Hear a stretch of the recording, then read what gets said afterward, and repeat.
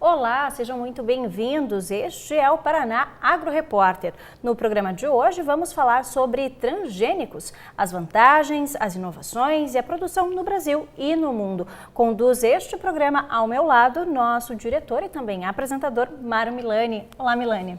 Olá, Giovana. Hoje vamos falar sobre um tema bastante polêmico, sobre a transgenia. E é um assunto que envolve a agricultura, envolve todas as áreas da produção no Brasil.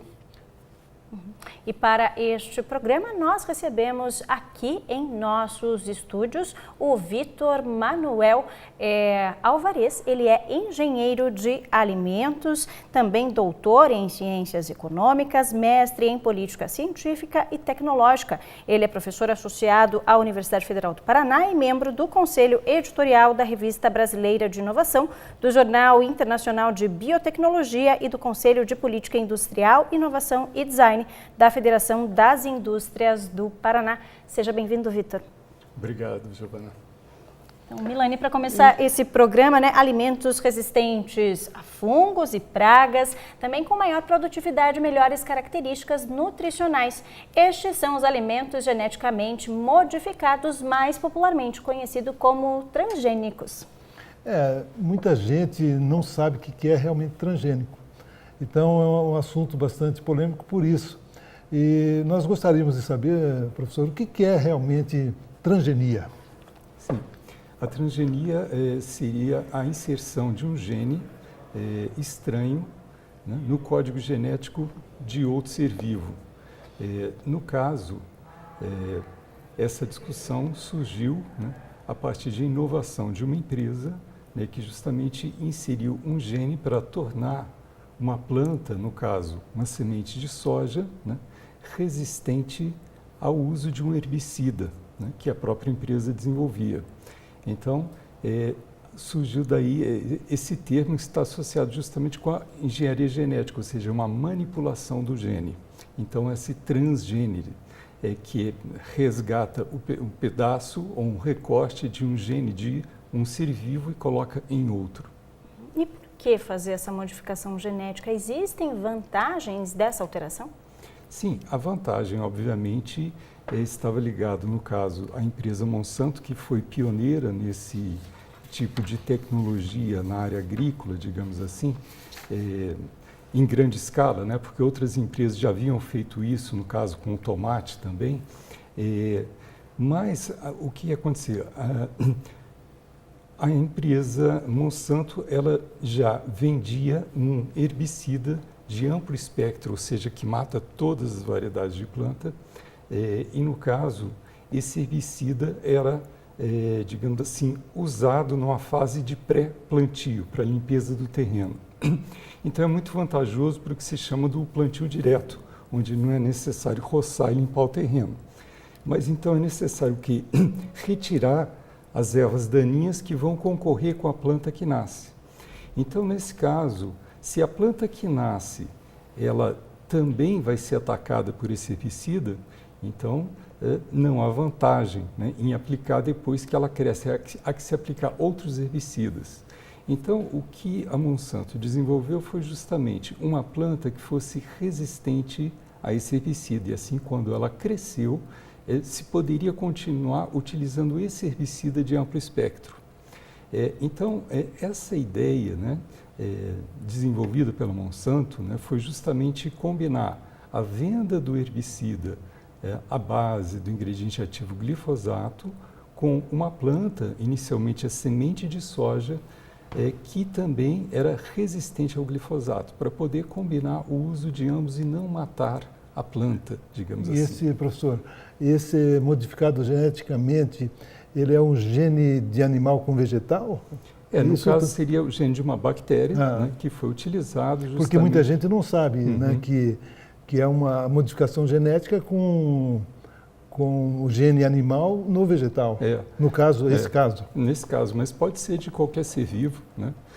Digamos assim, a transgênese seria retirar, seja de um vegetal, colocar em outro, de uma bactéria, enfim, de um animal, o que quer que seja, né? São frações, né, de um determinado gene que são retirados e colocados em outro. Então, melhoramento genético é uma coisa e transgenia é outra, é isso? Sim, digamos assim, existe um melhoramento genético convencional.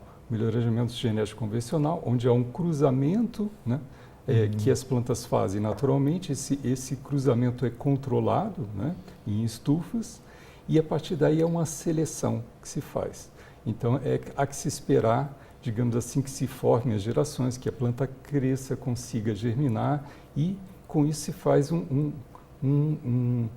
uma seleção genética, né, daquelas variedades que são mais interessantes, por exemplo, para o cultivo. Então, a transgenia, ela não prescinde desse melhoramento genético convencional, porque ela vai se utilizar das variedades que são mais adaptadas às diferentes regiões, aos microclimas, e nessa variedade vai ser inserido o gene, no caso, que vai conferir uma característica que a empresa interessa, que é, no caso, a resistência a um herbicida. Professor, já faz 20 anos que esses estudos começaram, foi primeiro nos Estados Unidos, mas hoje o Brasil já é o segundo consumidor, né, de alimentos orgânicos, produtor. Quais as vantagens? Ele começou com a soja, ele hoje já está espalhado para outros cultivos? Sim, a estratégia, né, como é de combinar o herbicida com sementes, obviamente que a estratégia é muito mais focada para as grandes commodities agrícolas. Então, o principal mercado é a soja, né, que seria a principal commodity agrícola, o segundo é o milho, depois o algodão, e aí viriam outras, como canola, etc. Mas soja e milho vão representar, dependendo dos países, mais de 80% do que é produzido em termos de transgênicos, né? Aqui no Paraná você tem um número? Esse número é em torno disso, ou seja, para o Brasil, cerca de 2/3 da produção de transgênicos é com soja, né, e 1/3 com milho. Então, o que vem depois é muito pequeno nessa proporção. Então, basicamente, essa proporção para o Brasil também. Nós temos mais de 50 milhões de hectares plantados com transgênicos, né? Quer dizer que a população está comendo transgênico. Então, se a gente for considerar que a soja, né, principalmente a soja, ela é um alimento cujo principal destino é para a ração animal, né? E é diferente no caso do milho, que aí sim há uma parte significativa que vai para a ração animal, mas também uma parte para o consumo humano. Há muito questionamento, né, Vitor? Inclusive críticas de alguns órgãos ambientais, até o Greenpeace é muito crítico aos transgênicos, porque dizem que não há um estudo voltado ao impacto dos transgênicos na saúde do ser humano. Existe algum fundo de verdade nisso? Sim, essa polêmica aconteceu justamente no final dos anos 90 e ao longo dos anos 2000, justamente porque, de fato, o produto ele acabou sendo aprovado sem que houvesse, de fato, testes digamos assim, de longo prazo, digamos assim, no que seria um impacto, né, à saúde humana.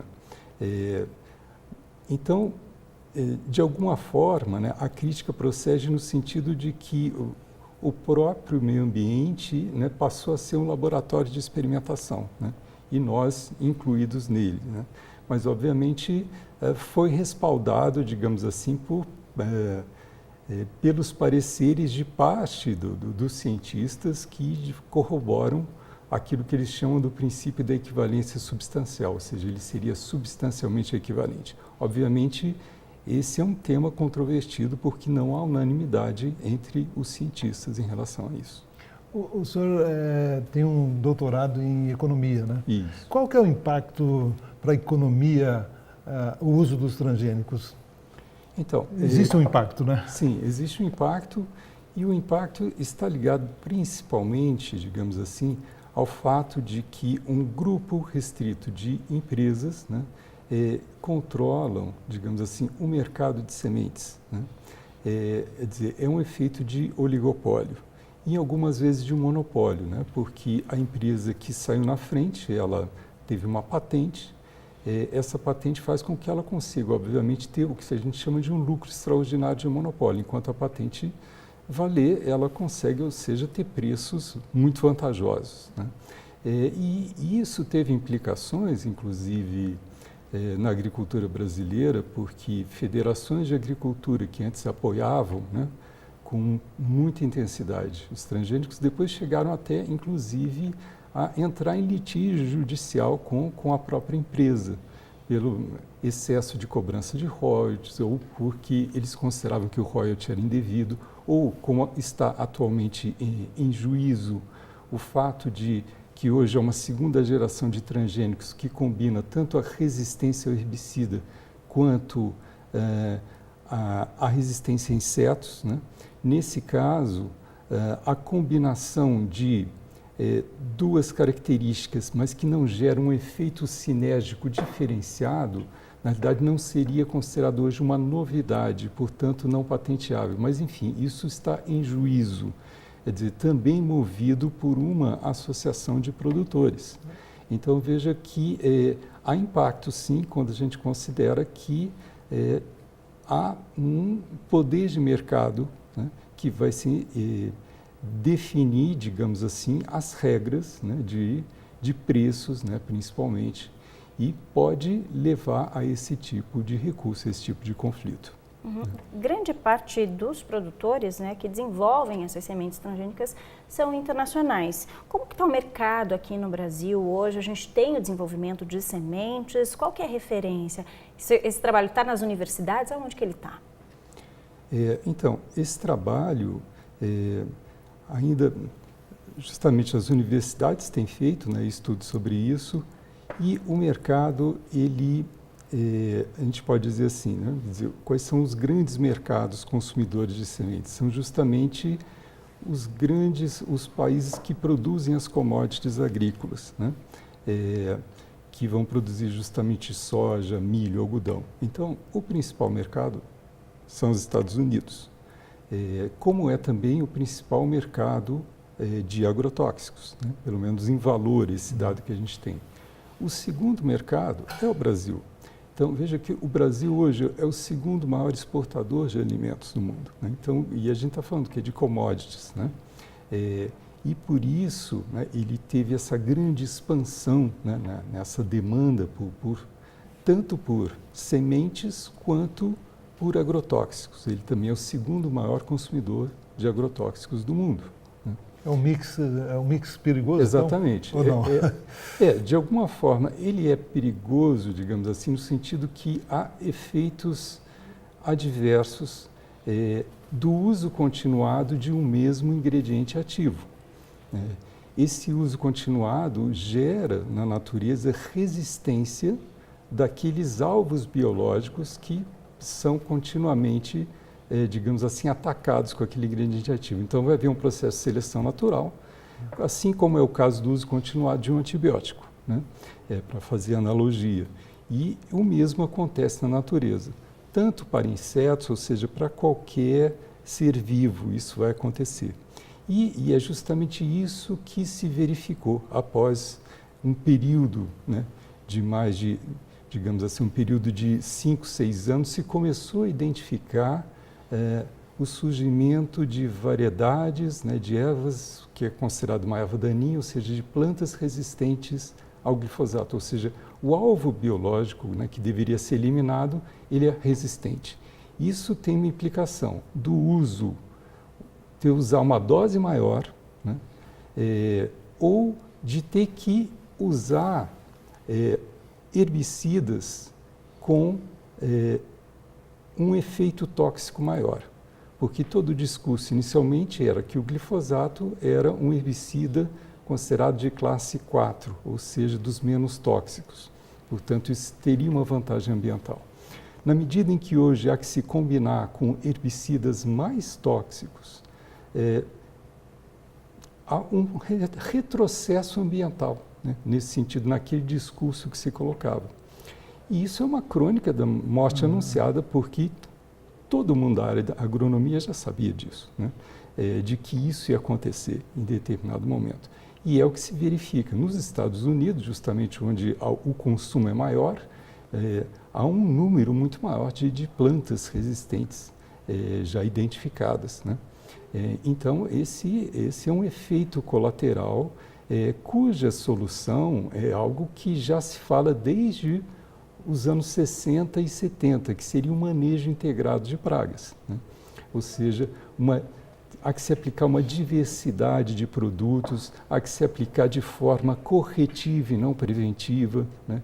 Que esse é uma outra dificuldade que se coloca, né? Porque é muito mais fácil, né, colocar na lavoura produtos e não ficar ali controlando no dia a dia, né, se vai surgir uma praga que pode ser só um foco num pedaço da produção e não no campo inteiro. Então, esse cuidado, né, das boas práticas agronômicas, né, ele seria fundamental. E ele acaba não sendo utilizado pela comodidade, né? Ou seja, certo. com isso se tem uma redução de mas custo. a transgenia também, ela não está só no alimento, né? Ela expande além do alimento, né? Ela Sim. vai para as florestas também, é isso, professor? Tem transgenias também para outros produtos além do alimento? Sim, por exemplo, o eucalipto transgênico, né? É uma possibilidade, ou seja, com o objetivo de ter um crescimento mais rápido, né? Então, é uma técnica utilizada com esse objetivo, digamos assim, de alguma forma. No caso do eucalipto, pode ser de aumentar a produtividade. No caso, inicialmente, da soja, o foco não era aumentar a produtividade. O foco, para o agricultor, a vantagem seria uma facilidade de manejo e para a empresa é que ela pode vender um pacote tecnológico. E, obviamente, como ela vai escolher as variedades que são mais produtivas, né, isso pode ter um efeito. E na medida em que se deixou de investir em pesquisa de novas variedades convencionais, né, em determinado momento, as variedades convencionais deixaram de ser menos produtivas algumas vezes, né? Então, esse é um jogo, ou seja, há um contínuo investimento que é necessário que seja feito.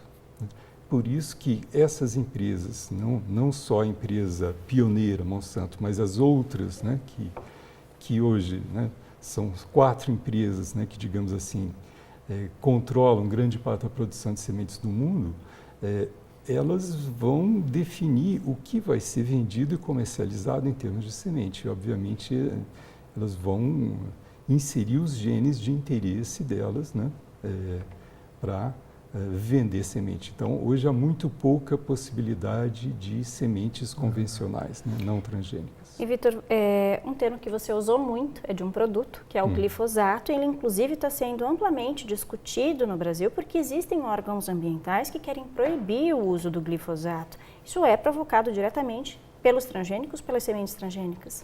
Não, na realidade, os transgênicos, digamos assim, eles, ou no caso, as variedades tanto de milho quanto de soja, né, transgênica, principalmente tolerantes, né, o termo correto não é resistente, mas tolerante ao glifosato, quer dizer, elas, digamos assim, potencializaram o uso maior desse produto, né?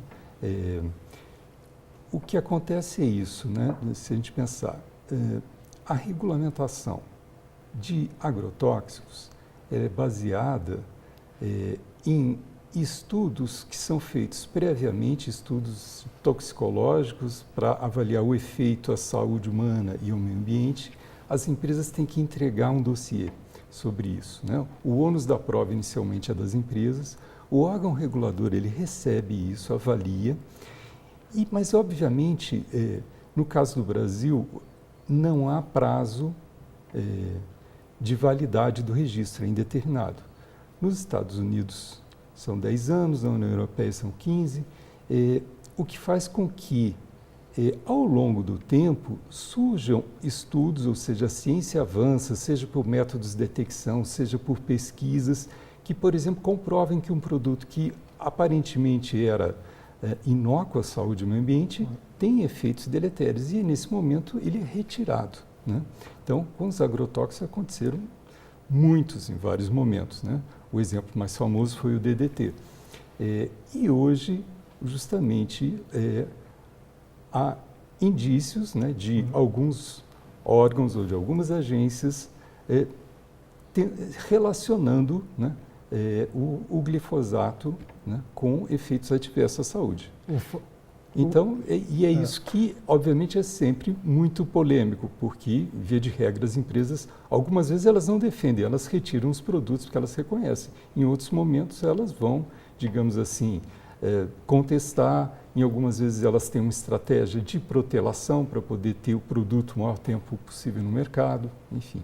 O fato, professor, que o Brasil não tem pesquisas avançadas ainda sobre os transgênicos.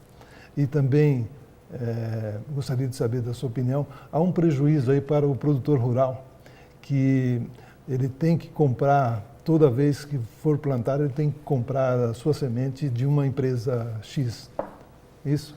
Sim, exatamente. Ou seja, quanto mais concentrado é o mercado, maior poder de mercado as empresas vão ter e, portanto, poder de fixar preços, né? Então, um estudo que nós fizemos, né, nos Estados Unidos, né, que obviamente são o maior mercado de agrotóxicos e de transgênicos, né, foi justamente mostrar que no caso do algodão, né, ao longo de um período de 15 anos, né, o preço da commodity algodão se manteve praticamente o mesmo, né, em nível internacional. A produtividade também não cresceu praticamente. Mas o que cresceu? O aumento da semente, que cresceu 4 vezes nesse período. Então, de fato, quem, digamos assim, recolheu, né, as vantagens, né, foram justamente as empresas sementeiras, né. Eu estou falando do algodão porque é onde a concentração do mercado é muito maior nos Estados Unidos, é mais de 80%. Mas se a gente pegar a soja, que é 60%, o milho também, não foi de 4 vezes o aumento para a semente, mas foi de 2 vezes, né? Enquanto que também a produtividade ela se manteve praticamente a mesma nesse período, né? Então, quem obteve o excedente, os ganhos, foram as empresas, né, de insumos agrícolas. É interessante que nem de agrotóxicos, foi de sementes, né, justamente. Que são as mesmas empresas, né, basicamente, que controlam tanto sementes quanto agrotóxicos. E essa, então,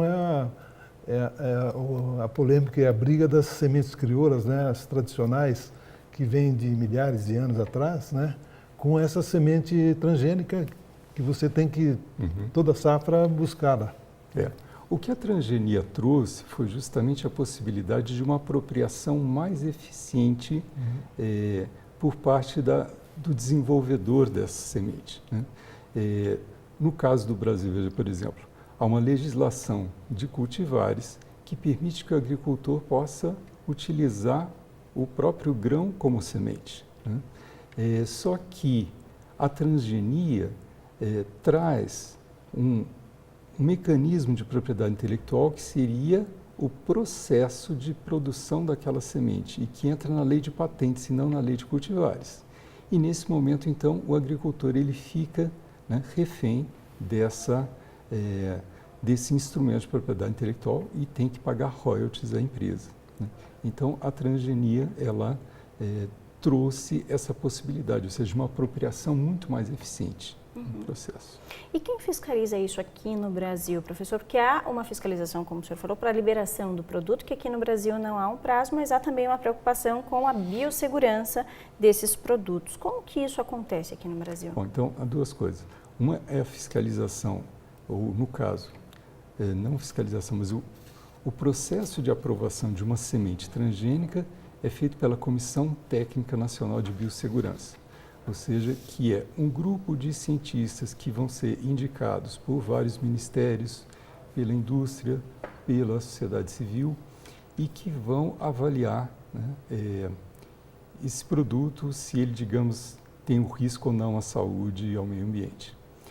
A partir daí, a fiscalização ela está vinculada ao Ministério da Agricultura, né, esse processo de fiscalização de sementes.